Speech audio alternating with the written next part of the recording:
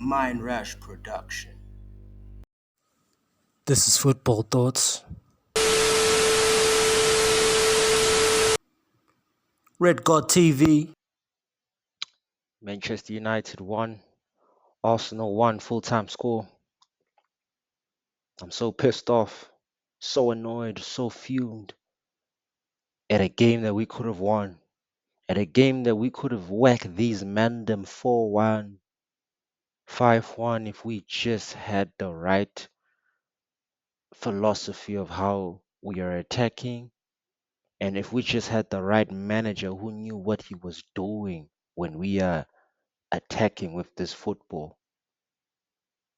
That first half was just something so annoying to sit down and watch, having the possession of the ball, losing it, having possession, losing it, having to defend off these set pieces. If chances are if Arsenal didn't take their chances in the first half, we could have been down 3-0 that first half. 3-1.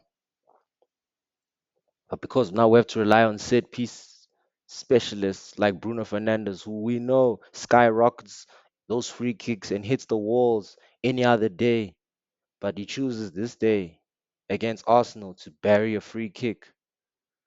Where were these free kicks, man, in early on in the season?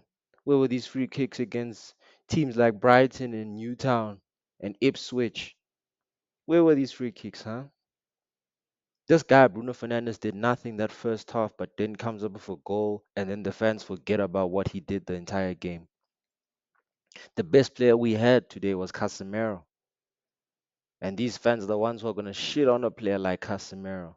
This guy in a low level technical league is competing among smugs of footballers who are not on the same class and the same level he is in. Absolutely controlled most of the midfield, and Bruno was just doing his own thing, being ill disciplined as the way he always is, trying to stop play, disrupting play, trying to build up play, creating certain chances. Casemiro, bro. Everyone put in a shift today in the team. Victor Lindelof, as much as we can say that we don't like to see him start, he did very much better in the likes of Harry Maguire. He did very better in terms of having to do what he needed to do for the likes and for the time that he was playing. Leniero did very well, got subbed off, but then Aiden Haven came on and then he did another shift. I believe Aiden Haven is ready for men's football. He plays like he's ready for men's football. He's very composed, very relaxed. He had some key tackles and some key interceptions in today's game, and I was very impressed. Dalot, defensively he's sound, but attackingly, I've said this many times, he's just not that good. In a system where we need fullbacks to do most of our attacking, Dalot is just not fit for this profiling. But Ruben Amorim, because of this Portuguese alliance that he has formed with Bruno and Dalot, he's just going to continue playing these smugs. Ericsson tried to do what he needed to do, playing in the left 10. But I said again, time and time, the pace of the game is just not at the same standard he's on. And if we need the best out of Ericsson, we need another guy who's more solid in keeping his position, playing with Casemiro in the center mid, putting Joshua Zirkzee, good by the manager. Starting Joshua Zirkzee, brilliant. But then taking him off for Rasmus Højlund, another sign that this manager has not learned from his past mistakes. This guy is 20 and 0-0. Sorry, 00-20. I got my stats confused. That's how shit this guy is. I've never seen him score in 20 games, but we're still gonna bring him on for what? For what? You're going for the draw, you pussy nigga. Cake.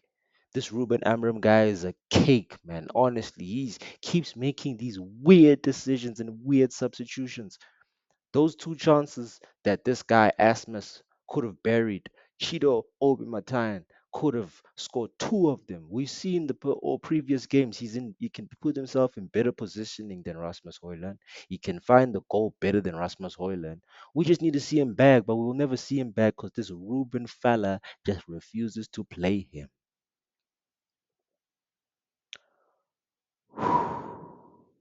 Gotta take a break. These Arsenal guys are not good guys. They're coming from a 7-1 win in the Champions League, but they couldn't bury 7 in the OT. As much of the chances they had. That just shows you that this league is dusted, guys. The quality of the Premier League is finished. The technical level of this league is poor.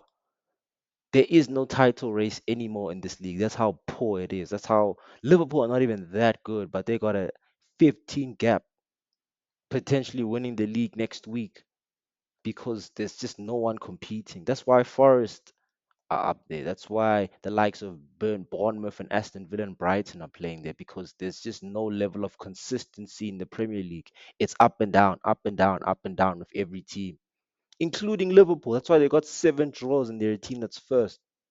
7 draws in their team that's first. Do you know how that doesn't make any clinical sense? These guys have more draws than the team that's in third place. That's Forest. They have more draws than City. You see what I'm saying? It's This league is washed, guys. It's finished, this league. But Arsenal fans are going to tell me because we're second, we still can compete for the league, bro. Because they're second and because Manchester United play against a team that was second, the way we played against them, 7 out of 10 performance, I can tell you guys that this Premier League is finished. The quality is done. We saw in the European football how they struggled with most European teams outside of England. We saw that. Even though some teams won, they still struggle against these teams. Why? Because there's just no quality, guys. We could have beat this Arsenal team 5-1.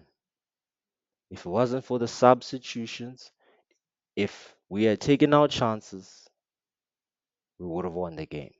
I like how Garnacho plays on the right. I believe that he has to be more of a footballer to be playing on the right because on the left he's just instinct. And yes, he's a shit player still on the right, but he provides more outlet attackingly for the team playing on the right than the left.